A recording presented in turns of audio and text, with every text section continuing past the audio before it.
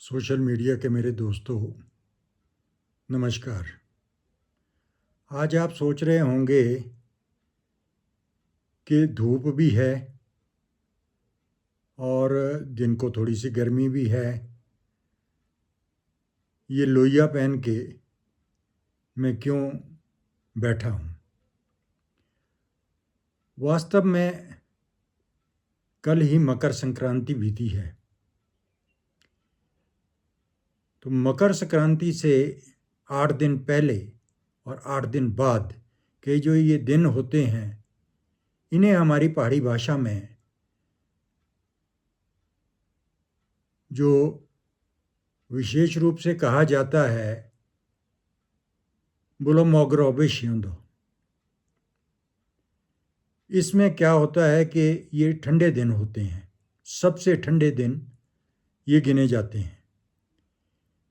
और शायद आज उसका मध्यांतर हुआ होगा और उसके पश्चात अब उत्तरोत्तर गर्मी होती जाएगी। लेकिन इसका दूसरा कारण है, मैं जब सारा दिन देखता हूँ टीवी पर या सोशल मीडिया पर, तो जो हमारे चारों तरफ दिखाई देता है उसमें ठंडे के सिवाय कुछ भी ऐसा प्रतीत नहीं होता जिसे जीवन के लिए ऊष्मा प्रदान हो सके, यानी जीवंतता दिखे। अभी अभी मैंने थोड़ी देर पहले सोशल मीडिया पे वो एक पोस्ट पढ़ी मेरे एक मित्र की, जिसमें विद्युत बोर्ड की ओर से अब बेचारे जो ये होटलियर्स हैं उनको एडिशनल सिक्योरिटी वगैरह के लिए जमा करने को दबाव बनाया जा रहा है। मुझे समझ नहीं आता कि इस तरह से ये सरकार किस तरह से काम कर रही है। कभी 300 यूनिट फ्री बिजली देने का वादा करती थी, फिर 125 पे आए, फिर 125 के बाद अब उसमें भी सिलेक्शन हो गई, फिर सिलेक्शन के बाद फिर स्वेच्छा से रिजेक्शन भी हो गई और सर्टिफिकेट दिखाने शुरू कर दिए। अब सर्टिफिकेट के बाद जो ये लपेट डालनी शुरू कर दी है, कहाँ तो माननीय सुक्खू जी इसे पर्यटन राज्य बनाना चाहते हैं। खैर, पर्यटन की राजधानी तो जितनी जल्दी हो धर्मशाला बने, इसकी हम भी कामना करते हैं, क्योंकि हम तो ये भी चाहते हैं। बहुत बुरा लगेगा शायद है मेरे भाइयों को कि ये जो राजधानी है इसे भी अपने साथ ही धर्मशाला ले जाइए आप। मुख्यमंत्री का एक कार्यालय अगर देरा में खुल सकता है तो धर्मशाला में तो वीरभद्र सिंह जी ने पहले ही आप लोगों के लिए एक शीतकालीन राजधानी का दर्जा दिया हुआ था। उन्होंने कभी भी रामपुर, रोडू या किन्नौर को ये तरजीह नहीं दी, लेकिन आज इतिहास उन्हें परिहास में डालने के सिवा क्या दे रहा है। जब से सुक्खू जी आए हैं और उसके बाद माननीय ये जो बहिर्गमन विशेषज्ञ थे पिछली सरकार में, मुकेश अग्निहोत्री जी, जब से ये लोग आए हैं इनका अधिक समय तो घूमने फिरने में बीत रहा है।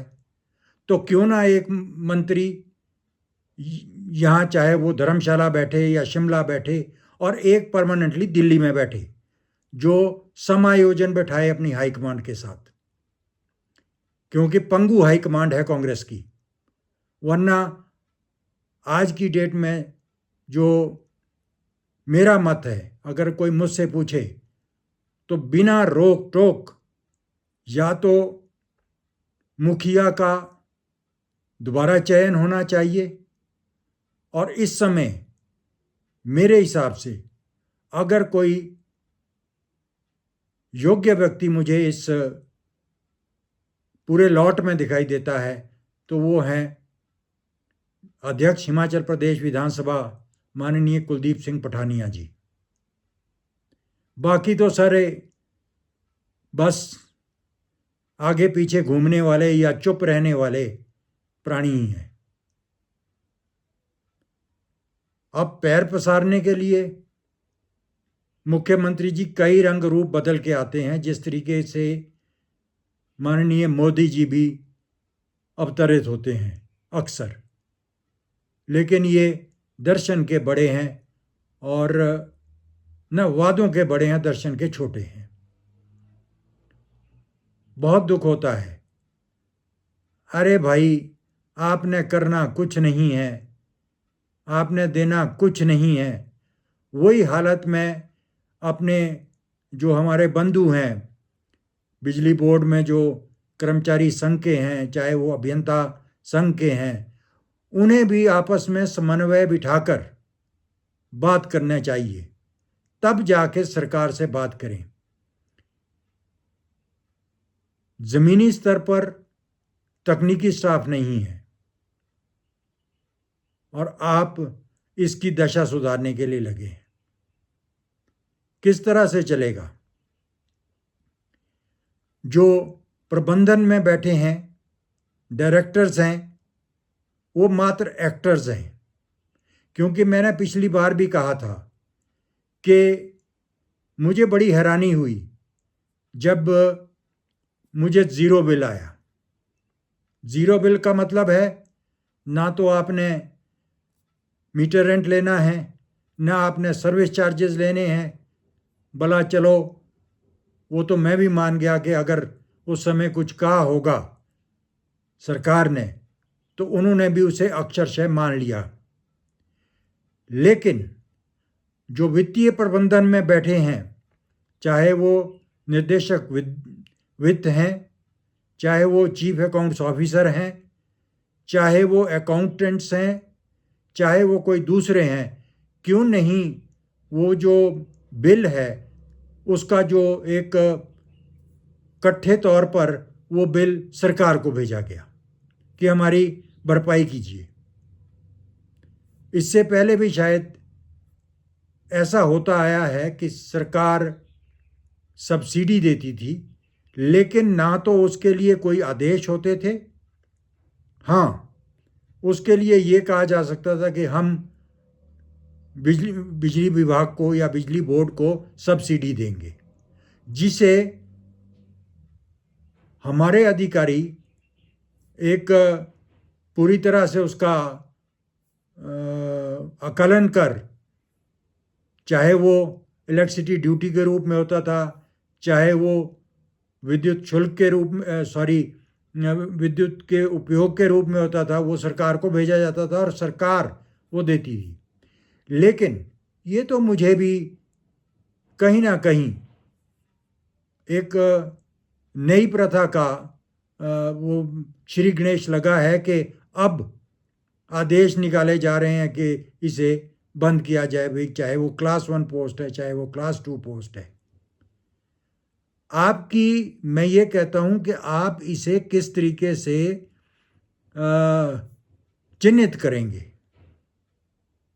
किस तरह से होगा ये? कितने लोगों का आपको पता है? क्या आपको पता है कि जो जिनकी लाखों रुपए की आमदनी गांव में भी है, जो बेशक टैक्स नहीं देते हैं, बड़े बड़े बागवान हैं, बड़े बड़े किसान, तो मैं नहीं कहूँगा, किसान तो हिमाचल प्रदेश में निचले इलाके में है, थोड़े से जो पोंटा साहब वगैरह की तरफ है, बाकी कहाँ है? उन लोगों को क्या है? उन्हें खुली छूट है। क्यों? आप ये जो खैरातें बांट रहे हैं, आप जो ये कुछ किए जा रहे हैं, ये बिल्कुल वो गंगा बह रही है जो मोदी जी ने हस्तांतरित की केजरीवाल को, केजरीवाल से हस्तांतरित हुई हमारे सुक्खू साहब को। ये सारी साइक्लोस्टाइड कॉपी ना कहकर अब तो इसे फोटोस्टेट कॉपीज कहा जाएगा। ये प्रशासन की, मोदी के बिछाए हुए इसकी प्रशासन की ये फोटो कॉपीज हैं।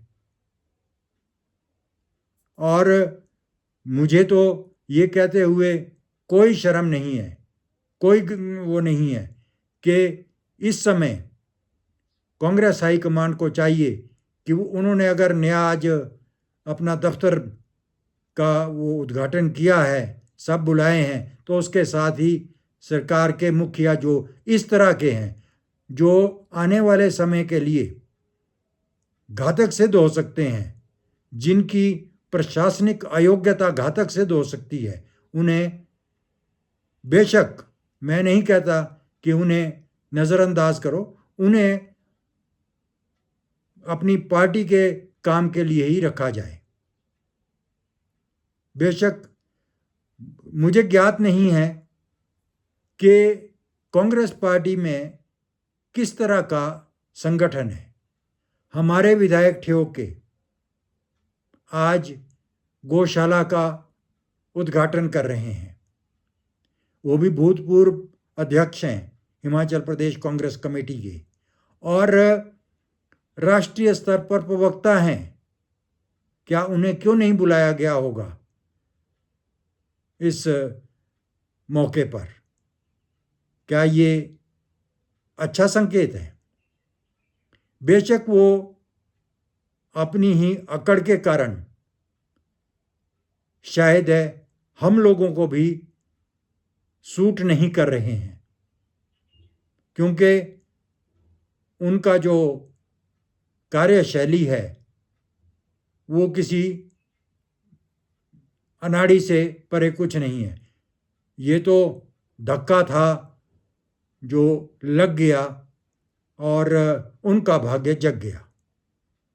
आइंदा जो मुझे हालात नज़र आ रहे हैं, अगर ये इसी तरीके से चलती रही सरकार, तो आने वाले 15 साल या 20 साल तक हिमाचल में कांग्रेस का ना कोई नाम लेवा होगा, ना पानी देवा होगा। अब क्या करेंगे जो नौजवान बने हैं उनका मुझे मालूम नहीं है, क्योंकि वो भी तो उन्हीं के नक्शो कदम पर चलेगी जो कि कोटली और भूमिया के विद्यालयों से शिक्षा ग्रहण कर सुक्खू जी ने सीखा, उन्होंने आगे चलाया, और अब जो है वो राजीव शुक्ला जी और केसी वेणुगोपाल जी की छत्र छाया में ये पीएचडी कर रहे हैं इसमें। क्या है ये प्रशासन के हाल? कहीं ड्राइवर आत्महत्याएं कर रहे हैं, कहीं गाड़ियां बोल रही हैं, कहीं कुछ है, और अपने मुकेश अग्निहोत्री जी को फुर्सत ही नहीं है किसी चीज की। पानी के घोटाले हो रहे हैं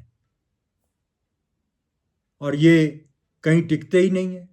आएंगे कि जी कैबिनेट की मीटिंग है, कैबिनेट की मीटिंग में शायद eat drink and B Mary के सिवाय कुछ मुझे तो 2-2.5 साल में लगा नहीं है कि कैबिनेट ने कोई अहम फैसला लिया हो।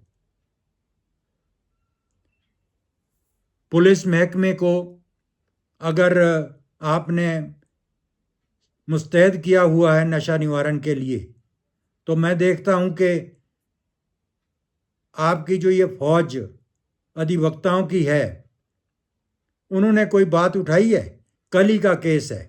अगर शिमला के एसपी और हमारे ज़िला की जो पुलिस की टीमें हैं, अगर वो बहुत ही अच्छा सराहनीय कार्य कर रही हैं इनको पकड़ने में, तो उन्हें बाकायदा ज़मानत पे रिहा किया जा रहा है। इसका मतलब है कि आप लोग स्वयं इसमें संलिप्त हैं, वरना क्यों नहीं? क्या न्यायपालिका इतनी अंधी हो गई है। बेशक चंद्रचूड़ जी ने न्याय की देवी के जो मूर्ति है उसकी आंखों पर से वो काली पट्टी हटा दी है, तो क्या वो काली पट्टी अब जजों के आंखों पर बंध गई है? इसके लिए ही तो वो काले कोट और सफ़ेद कमीज वाले रखे हुए हैं कि वो भी भाई बंद है। मैं माननीय मुख्यमंत्री से भी पूछना चाहूँगा कि क्या उनको भी घर छोड़ा जाए, जिस तरह से आपका शिमला में देखने को मिला था न्यू ईयर पे या उसके बाद मंच पे आप थे और पीछे शराब और नंगे डांस हो रहे थे। ये है हमारी संस्कृति में आपका योगदान। कुल्लू में मर्डर पे मर्डर हो रहे हैं, शायद कल भी एक दूसरा मर्डर हुआ है। तो किस तरीके का प्रशासन है आपका? खुला छोड़ दीजिए, सर्वाइवल ऑफ द फिटेस्ट। जो जीने के योग्य होगा वो जिएगा, जो मरने के योग्य होगा वो मरेगा। तो फिर पुलिस प्रशासन पे आपका ये शिकंजा क्यों? क्यों इन लोगों का जो ये मनोबल है इसे किया जा रहा है, दबाया जा रहा है? मैंने आज बात अपने पहले विभाग विद्युत की, ट्रांसपोर्ट को मैं देख रहा हूँ, पुलिस प्रशासन को देख रहा हूँ और आपके जनरल शासन को देख रहा हूँ। तो माननीय, आप लोग अपनी 2.5 पाव की खिचड़ी जहाँ पकानी है पकाइए, बाकी तो भाई आप लोगों से तो बहुत बड़ी गलती हो गई। जिस तरीके की गलती हम लोगों ने 2014 में की, उसी तरीके की गलती हमने ये पिछले आम चुनाव में करी है। अब तो शायद नहीं, अब हम खरा और खोटा अपनी पारसमणि पर कस कर ही देखेंगे कि कितने कैरेट के हो। अदरवाइज क्रेट में डाल के हम भेज देंगे फिर के जी ठीक है, इन्हें जो मर्जी कीजिए, पर्यटन ये अपनी जगह ही बनाएंगे। धन्यवाद। जय हिंद, जय जनता।